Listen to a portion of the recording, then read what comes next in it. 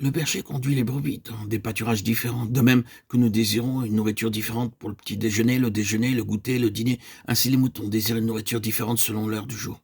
Le Seigneur Jésus-Christ dit: « Je veux être comme un berger qui veille jour et nuit sur vous. » Il est un sauveur plein d'amour, il veille sur nous pour nous protéger de tous les ennemis et de tous les dangers visibles ou invisibles. Beaucoup de gens peuvent rendre témoignage de la façon dont ils ont été protégés lors de tremblements de terre, d'inondations ou d'autres dangers. Comme un berger, il paîtra son troupeau, il prendra les agneaux dans ses bras et les portera dans son sein, et conduira les brebis qui allaitent. Ésaïe 40:11. Tous les matins, le berger conduit ses brebis dans les différents pâturages. Le mouton ne mange pas une herbe dure, sale ou sèche, il veut une herbe tendre et verte. Psaume 23. Les bergers conduisent leurs brebis dans de bons pâturages où l'herbe est bien tendre, et ils les mènent dans des endroits différents le matin, l'après-midi et le soir. La brebis exige aussi une eau propre. Elle ne boira pas une eau sale comme c'est l'habitude des cochons. Le Seigneur Jésus-Christ sait exactement le genre de nourriture dont nous avons besoin pour satisfaire notre faim et notre soif. Ses paroles sont notre pâturage. Tous les matins, il nous donne sa parole, ainsi qu'à midi et le soir. Le matin, il nous donne le plan céleste pour la journée. L'après-midi, nous recevons la force pour le restant de la journée. Le soir, Dieu nous sonde avant que nous allions nous coucher. Nous sommes ainsi réconfortés tous les jours et nous sommes gardés de tout danger visible ou invisible. C'est un berger fidèle et plein d'amour qui se trouve constamment à nos côtés. Les brebis ont le don de reconnaître la voix du berger.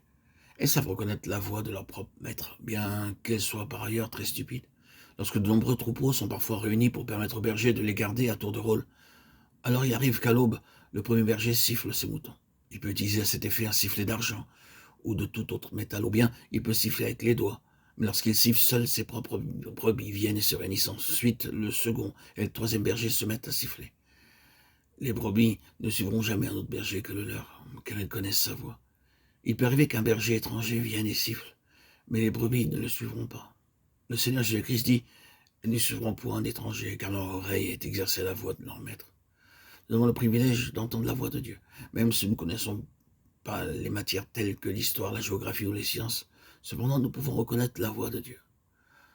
Nous croyons le privilège d'entendre la voix du Seigneur Jésus-Christ et de le suivre. Nous devrions le suivre sans murmurer partout où il nous conduit. Nous devrions suivre notre Seigneur Jésus-Christ avec une entière confiance, car nous savons parfaitement en sûreté en lui, et nous n'avons pas à nous faire de soucis au sujet des dangers de toutes sortes. Entendre tous les jours la voix du berger, le suivre en mettant pleinement notre confiance en lui, est l'un des sommets les plus élevés du salut.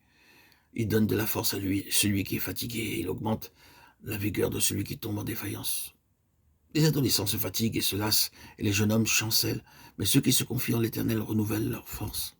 Ils prennent le vol, comme les aigles. Ils courent et ne se lassent point.